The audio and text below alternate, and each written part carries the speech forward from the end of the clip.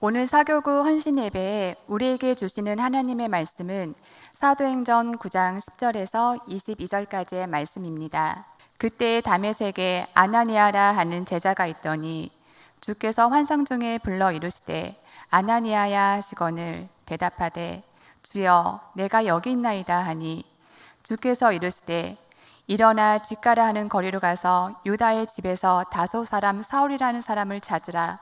그가 기도하는 중이니라.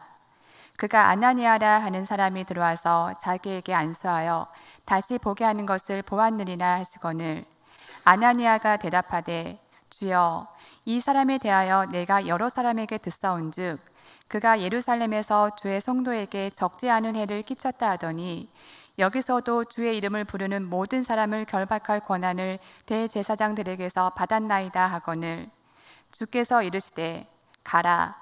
이 사람은 내 이름을 이방인과 임금들과 이스라엘 자손들에게 전하기 위하여 택한 나의 그릇이라. 그가 내 이름을 위하여 얼마나 고난을 받아야 할 것을 내가 그에게 보이리라 하시니 아나니아가 떠나 그 집에 들어가서 그에게 안수하여 이르되 형제 사울아 주 곧 내가 오는 길에서 나타나셨던 예수께서 나를 보내어 너로 다시 보게 하시고 성령으로 충만하게 하신다 하니 즉시 사울의 눈에서 비늘 같은 것이 벗어져 다시 보게 된지라. 일어나 세례를 받고 음식을 먹음에 강건하여 지니라. 사울이 다메섹에 있는 제자들과 함께 며칠 있을새 즉시로 각 회당에서 예수가 하나님의 아들이심을 전파하니 듣는 사람이 다 놀라 말하되 이 사람이 예루살렘에서 이 이름을 부르는 사람을 멸하려던 자가 아니냐. 여기 온 곳도 그들을 결박하여 대제사장들에게 끌어가고자 함이 아니냐 하더라. 사울은 힘을 더 얻어 예수를 그리스도라 증언하여 다메섹에 사는 유대인들을 당혹하게 하니라. 아멘.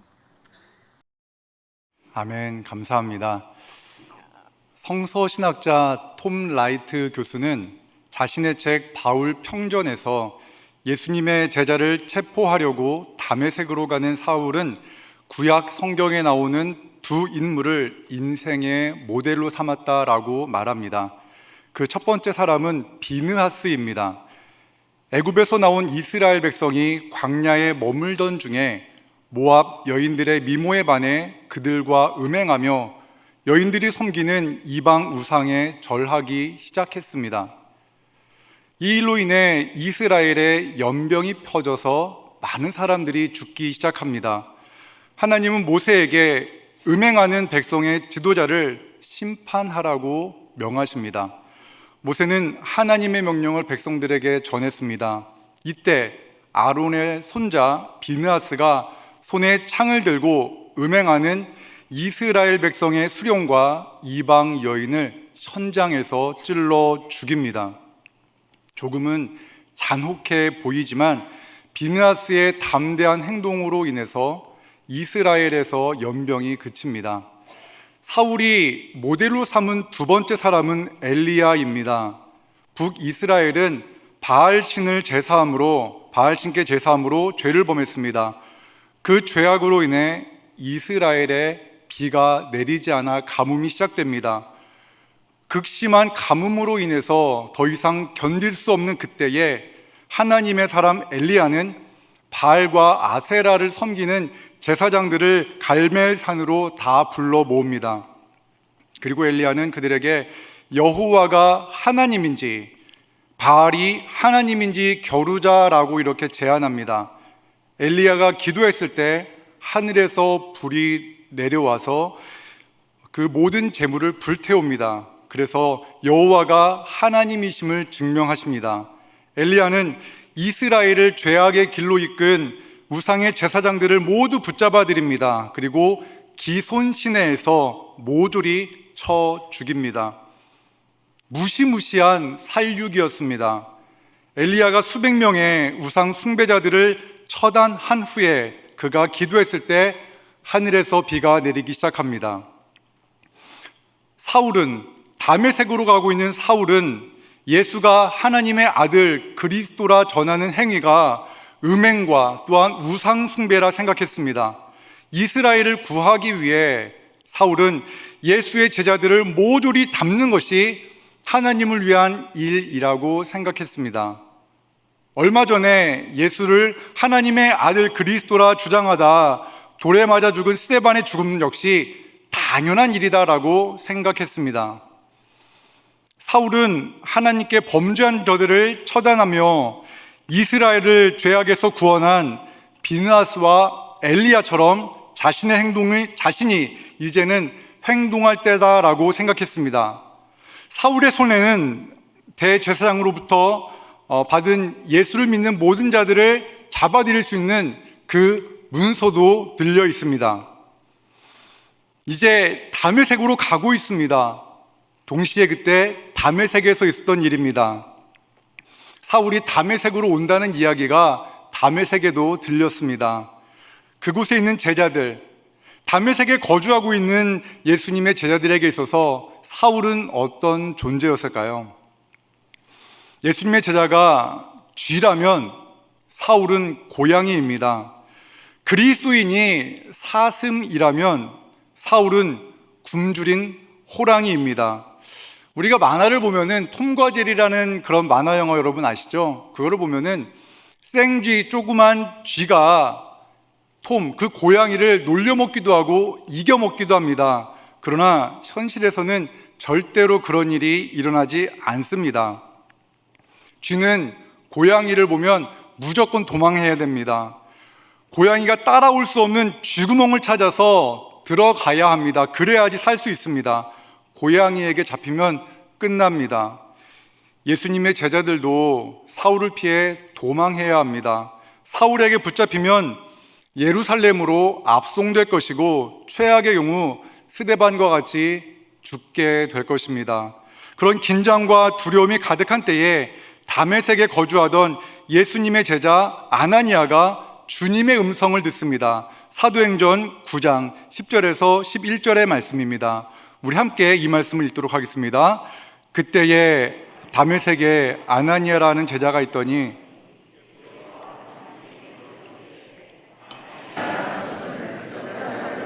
주여 내가 여기 있나이다 하니 주께서 이르시되 일어나 집 가라 하는 거리로 가서 유다의 집에서 다소 사람 사울이라 하는 사람을 찾으라. 그가 기도하는 중이라. 아멘. 오랜만에 설교를 하니까 제가 긴장이 되네요. 오랜만에 설교를 하는 것 같습니다. 예수님을 믿는 사람 중에 사람들이 예수님의 음성을 듣는다는 것은 참 기쁘고 감사한 일입니다.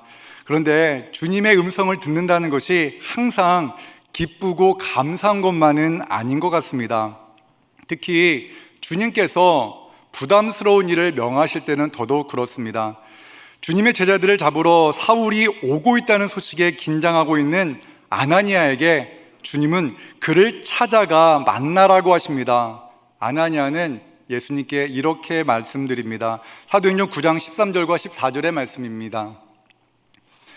아나니아가 대답하되 주여 이 사람에 대하여 내가 여러 사람에게 듣사온즉 그가 예루살렘에서 주의 성도에게 적지 않은 해를 끼쳤다 하더니 여기서도 주의 이름을 부르는 모든 사람을 결박할 권한을 대제사장들에게서 받았나이다 하거늘.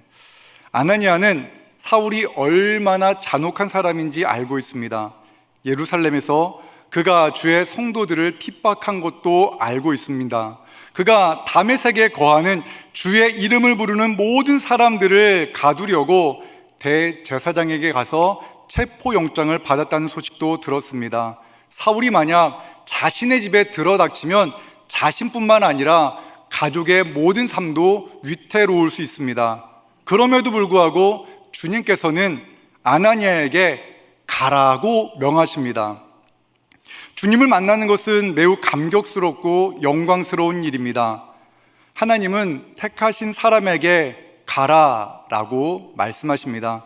아브라함에게 하나님께서는 내가 지시할 땅으로 가라 명령하셨고 요나 선지자에게 니느웨로 가라 말씀하셨습니다. 예수님께서는 사도행전 1장 8절에서 제자들에게 예루살렘과 유대와 사마리아와 땅끝까지 가라고 말씀하십니다. 예수님이 가라고 하신 땅은 어디일까요? 그 가라고 하신 그 땅끝은 어디일까요? 그리고 그 땅끝에는 누가 있을까요? 아나니아에게 있어서 땅끝은 직가라는 거리였고 그곳에는 아나니아가 두려워하는 사울이 있었습니다. 성경에는 하나님께서 땅끝으로 가라고 명하시는 말씀이 여러 군데 나옵니다. 하나님은 모세를 만나셨습니다. 그에게 애굽 왕 바로에게 가서 그를 만나서 하나님의 말씀을 전하라고 하십니다. 애굽 왕 바로에게 가서 이스라엘 백성을 애굽에서 인도해내라 말씀하십니다. 그 하나님의 말씀에 모세는 이렇게 대답합니다.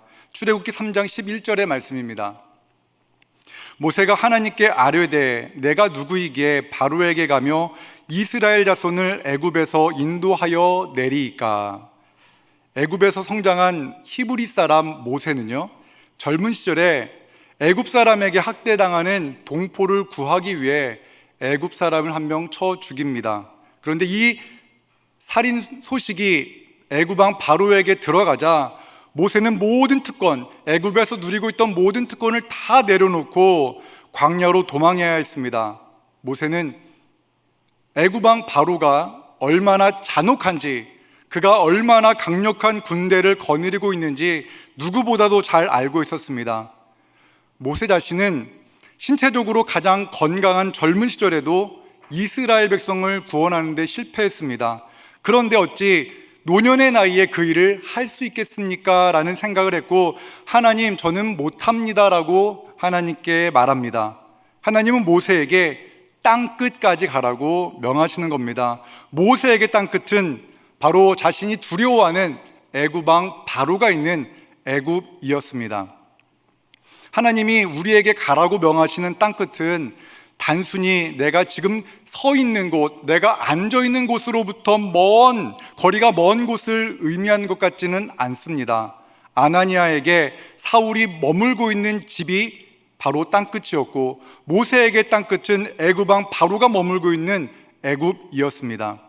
우리에게 땅끝은 할 수만 있으면 나를 거절하고 나를 힘들게 만드는 사람이 있는 그곳, 나를 불편하게 만드는 그 사람이 있는 곳일지 모릅니다. 저는 신학생 시절에 1년 동안 타이완에서 사역을 했습니다. 나와 다른 언어를 사용하고 전혀 다른 문화권에 있는 그 타이완이 땅끝이라 생각했습니다.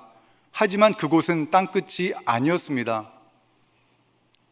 사역을 할 때에 부산에서 저와 함께 동역을 하자는 목사님의 이야기를 듣고 부산에 내려갈 때에도 저는 부산이 땅끝이라고 생각했습니다.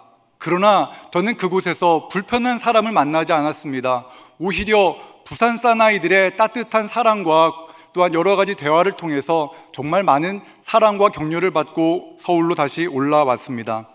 제게 있어서 땅끝은 예수님을 믿지 않고 뿌리 깊은 유교 전통 속에서 성장하신 장인어른이 계신 처가였습니다. 장인어른은 복음을 전하는 저에게 호통을 치시면서 나보고 교회에 나오라는 말을 할 거면 다음부터는 절대로 우리 집에 오지 마라고 말씀하시면서 자리를 박차고 일어나셨었습니다. 주님께서 가라고 명하신 땅끝에는 우리가 만나야 될 사람들이 있습니다.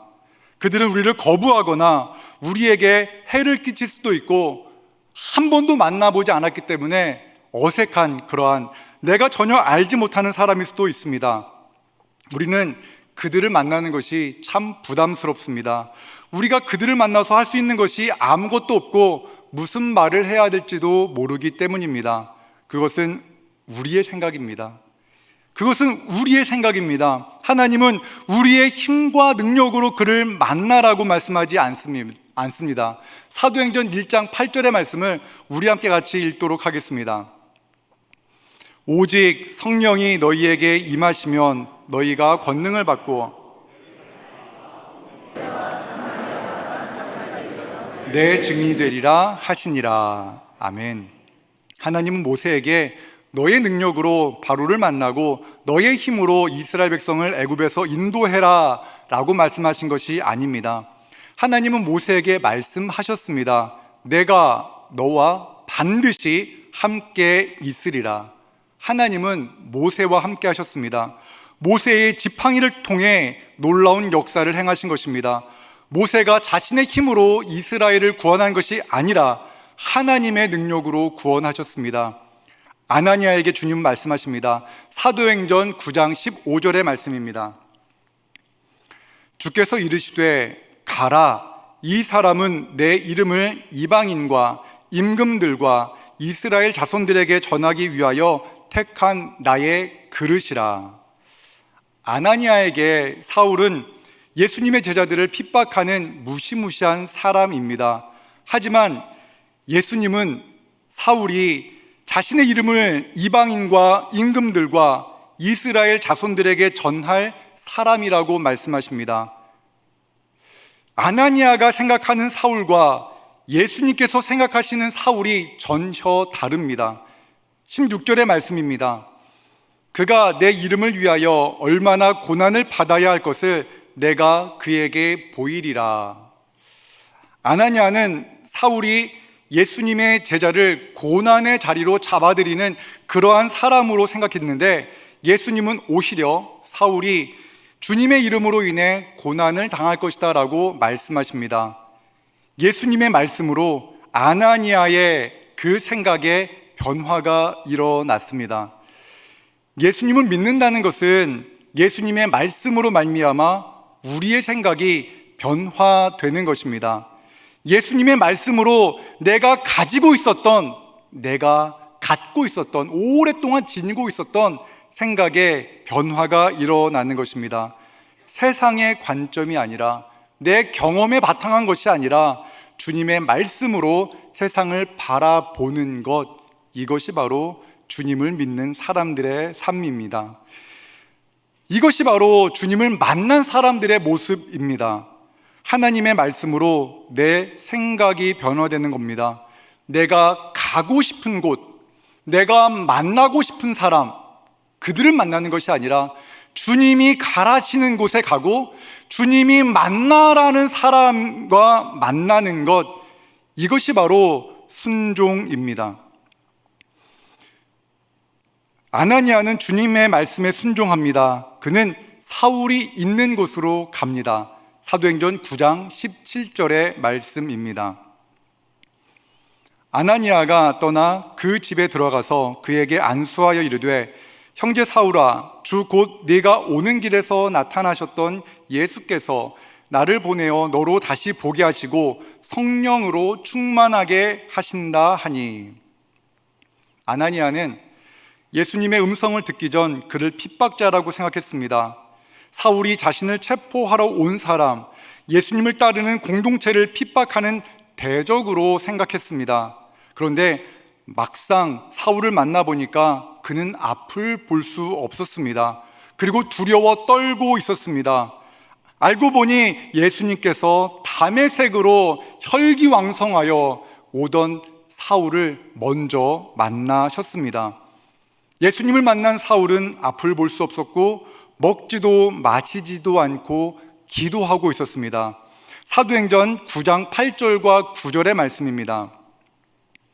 사울이 땅에서 일어나 눈은 떴으나 아무것도 보지 못하고 사람의 손에 끌려 다메섹으로 들어가서 사흘 동안 보지 못하고 먹지도 마시지도 아니하니라. 그는 아무것도, 식음을 전폐하고 기도하고 있었습니다. 사냥감을 찾아 맹렬하게 달리던 그런 호랑이와 같던 사울이 예수님을 만난 후 앞을 보지 못하는 사슴이 되었습니다. 그리고 유대 사회를 어지럽히는 존재로 생각했던 그가 예수님을 만난 후에 그는 혼란에 빠졌습니다. 그는 충격에 휩싸여 먹지도 마시지도 않고 하나님께 기도하고 있는 중입니다. 아나니아는 앞을 보지 못한 채 순한 어린 양처럼 기도하는 사울에게 안수하고 사울 형제라고 부릅니다. 여기서 사용된 형제는 같은 부모에게서 태어난 남자 형제를 가릴 때 사용하는 단어입니다. 사도행전에는 예수님을 주라고 고백한 사람들, 즉 같은 신앙을 가진 성도들이 서로를 부를 때 이 단어를 사용합니다. 형제. 아나니아는 사울을 형제라고 부릅니다. 예수님께서 사울을 변화시키셨고 동시에 아나니아도 변화시키셨습니다. 그들은 예수님의 이름으로 형제가 되었습니다. 우리 이 시간 이런 거 시키면 싫다는 걸 제가 알지만 옆에 있는 분들에게 형제면 형제님, 자매면 자매님 이러면서 이렇게 하겠습니다. 형제님, 자매님 축복합니다. 인사하겠습니다.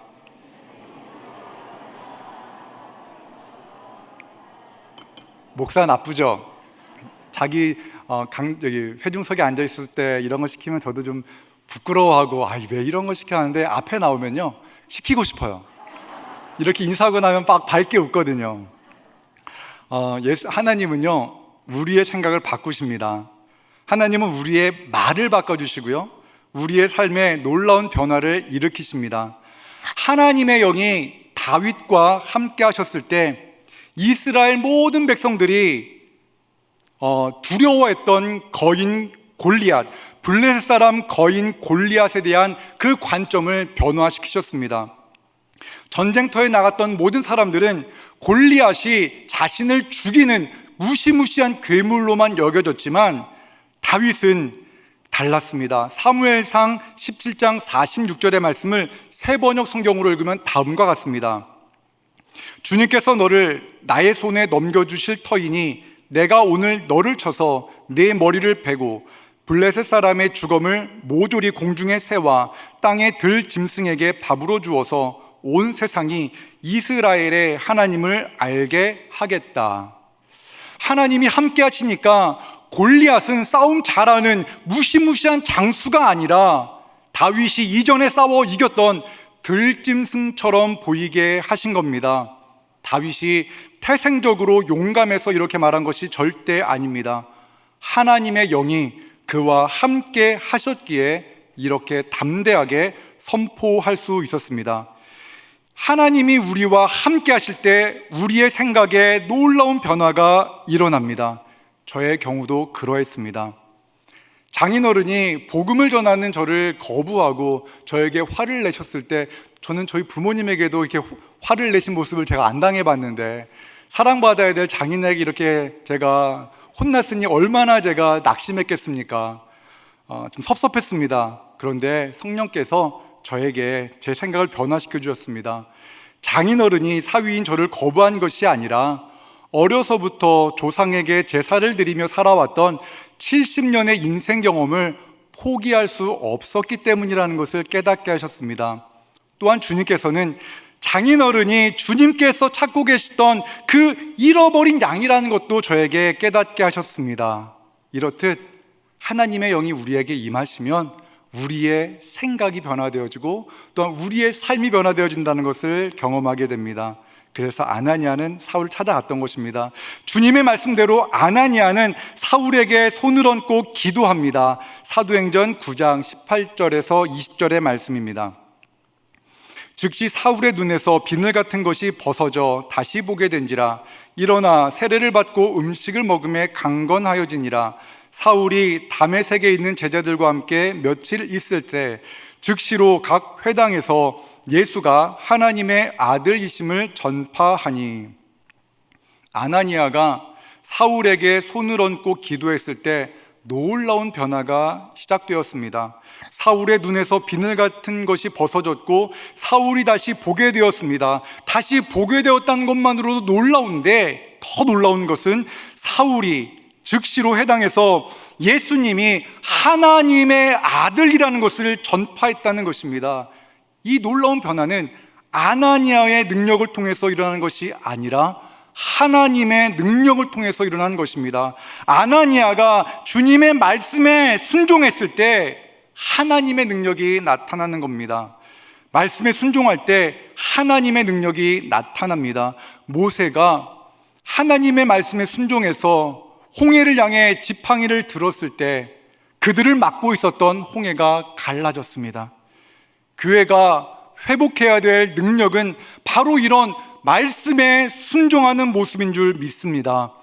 하나님의 말씀에 순종해서 만나고 싶지는 않지만 정말 그래서 만나고 싶지 않고 예수님을 전한다고 해도 듣지 않을 것 같은 사람에게 찾아가서 복음을 전했는데 그 눈에서 비늘 같은 것이 벗겨지고 그가 예수님을 믿고 아버지와 아들과 성령의 이름으로 세례를 받은 후에 그가 자신처럼 예수님을 믿지 않던 그런 친구들에게 나아가서 복음을 전하는 일, 그러한 일들이 계속 끊임없이 일어나는 일, 이것이 이 시대에 필요한 교회가 회복해야 될 모습입니다.